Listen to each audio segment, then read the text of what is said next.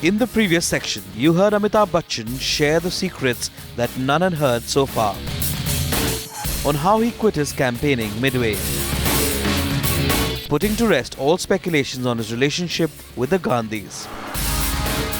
In this section, he reminisces his days of slump and financial despair, his fight to prove his innocence in the Bofors scandal and more, the years that tested his patience and how the superstar fought them all.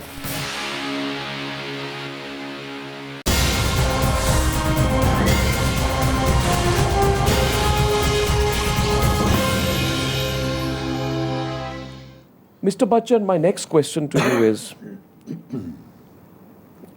were you a bad businessman?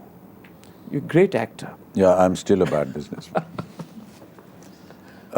I don't know business. So that's the second thing I don't know about life. I don't know politics and I don't know business. I think that... you know the phase I'm talking about. Yeah, sure. I've never really tried to assess this, but I have my own little personal assessment. Yeah. See, I feel that when you are born and brought up in a middle class or lower middle class environment, there are limitations to your means. Okay? When you have limited means, you always learn to live within those means. And you never ever expect that these means will ever go to a state or an extent which could excite the building of greater wealth, to be more precise. Having lived my almost entire, adolescence and part of my senior life, living within those means, whether it was when I was with my parents and my father earning 500 rupees a month as a lecturer in a university, or even later when he was working with the Ministry of External Affairs, perhaps getting 1,000 rupees a month, to the point where I started working and I was getting 500 rupees a month, where 300 rupees used to go in board and lodging and just have 100 rupees every month for your personal expenditure. You concise your entire life in thinking that, this is the limit that you can go to. Okay, I'm working for 500, maybe in 5-10 years' time, I may go up to 1,000 or perhaps 1,500. That's it. And that's it. So you never think beyond that. You never think of wanting to increase upon your wealth or wanting to venture out to do something where you would get more money because these are your limitations. So I always thought that. And when I came into the film industry, not the initial period, but after a few successes, when the money that you're earning is substantially greater than what you've been used to earning, you don't know what to do with it, and you don't know how to handle it. So you appoint people, you appoint managers who look after you. And that's what I did. My brother was more conversant, let us say, because he had studied commerce and he had studied economics. And he was also involved in his own personal business, so he took charge of everything. And I just went along with that. I never needed to ever think about, how does one do business, how does one, where to invest, what to do with your money. I used to just say, I need this, and I used to ask him, is it possible for me to have this or not? And he would say yes or no, depending upon our situation. So it was always, I was dependent upon... This was during ABCL? No, it was partially also during ABCL, but even before that. When ABCL happened, the advice given to me was that you appoint executives and they will look after everything. Yes. So we hired executives. Now, hiring is also a huge exercise. Yes. Finding out the caliber of a person, the integrity, everything, acumen, is not something that I'm very conversant with. So somebody suggested that, and we hired a lot of people. And I just felt that maybe because we ourselves were not conversant with business, let alone running a company, let alone looking after management, We were just unable to manage it. I'm not trying to run down So the you people. were gullible? I won't say that I was gullible. I was just ignorant of certain facts. But I can a lot of people, Mr. Bachchan can never see Amitabh Bachchan fail. I was also one of them. And through your entire period of what one can say, sort of a professional slump, then, I don't know why you have done it, but you did go into a period of complete seclusion between 88 and 92 also.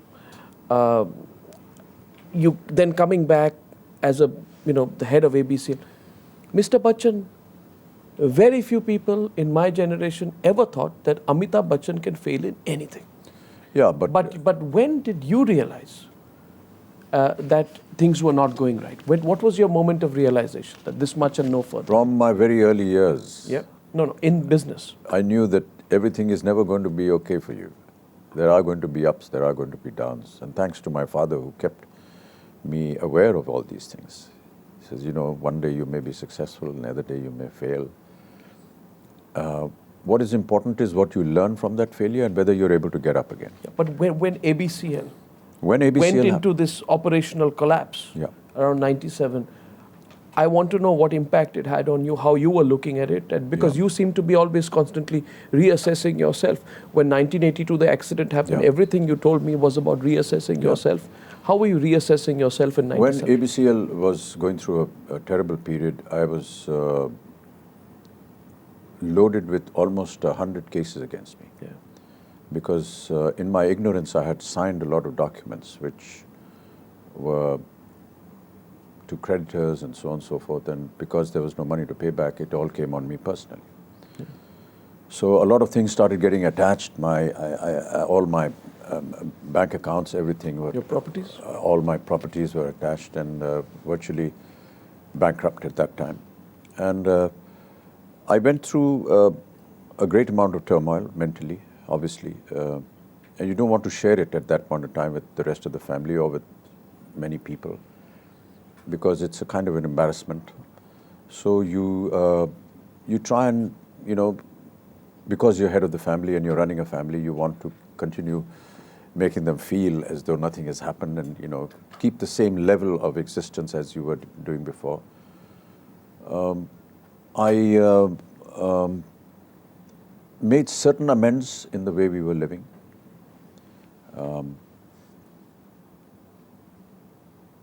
If I could afford a lesser car, then that's what I took. I took a Maruti, which was cheaper, and I used to drive around in that. And when I was asked, why this, I said, yeah, it's a very convenient car, and so on and so forth. Never able to say that, I can't afford something better. And one day I just, I sat by myself and I said, what can I do? What can I do best? And I felt that I was an actor and maybe I should act rather than go into things that I was not comfortable with.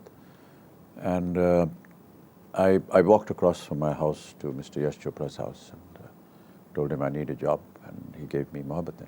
After that. So had you not fallen into that state of financial despair, you may never have made your comeback as in movies and in television, are you saying I that? just felt that, and I still do, that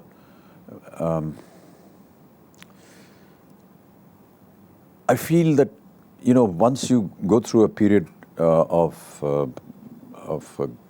grave distress, it kind of makes you aware of your insecurities. And I think that you conduct your life thereafter with a sense of insecurity all the time. And many a times people ask me, why the hell are you working so much? And, but they don't know the mental frame up or the actual conditions or what it is that drives a person to do. Apart from the fact that I enjoy working, apart from the fact that yes, I get a lot of opportunities, thankfully, and I thank the God. But somewhere I think there must be that hidden fear that if I stop working, maybe I'll get insecure. Did you undermine, and did you undermine the support that you had from the people of this country? 1982, you tell me you came to terms with it. Did you undermine, Mr. Bachchan, that in 2000, when you made your comeback, and I'm not talking about Mohabbatein, that was important, but when you were stepping in to do KBC, Yeah. that a lot of the people who were watching your first episode were watching it, were cheering you on because, you know, a generation after generation could not see Amitabh Bachchan fail. Did you undermine the support that you had? Yeah, Because I remember 2000. Yeah, I will not be able to describe what the audience was feeling. But tell me I will what tell you're you feeling, what I was 2000. living with till that period. Yes. During the time of the Bofors controversy, I saw personally, and I felt personally, the anger and the disrespect that the audiences had for me. I was labeled as a traitor of the country by the media. And wherever I went, I was, facing rejection, facing abuse on the streets, in public occasions. You could walk somewhere and nobody would look at you. There could be two reasons for that. One, of course, was the controversy. The other was that none of my films were doing well. And when films don't do well, the reaction of the audience changes. Yeah, you can walk that's into a restaurant and the whole restaurant can come to a standstill if a star comes in there. Or you can walk in there just like another person who's out to have a meal and nobody will notice you. And these are things that most actors will realize. Affected you? Not affected me, but you come to know that where your standing is. Was it because you had gone into politics that maybe the audience... I don't know what Maybe that. the audience felt betrayed that Amitabh Bachchan had left them at the height of their I can't powers say and about gone that, into but I can politics. merely say that during the time of the controversy, there was a lot of hatred. And I just felt that because I had personally faced a lot of it while I was out, I used to be sometimes working on the streets and people would walk by and abuse me and call me all kinds of names. It was a difficult period to live with.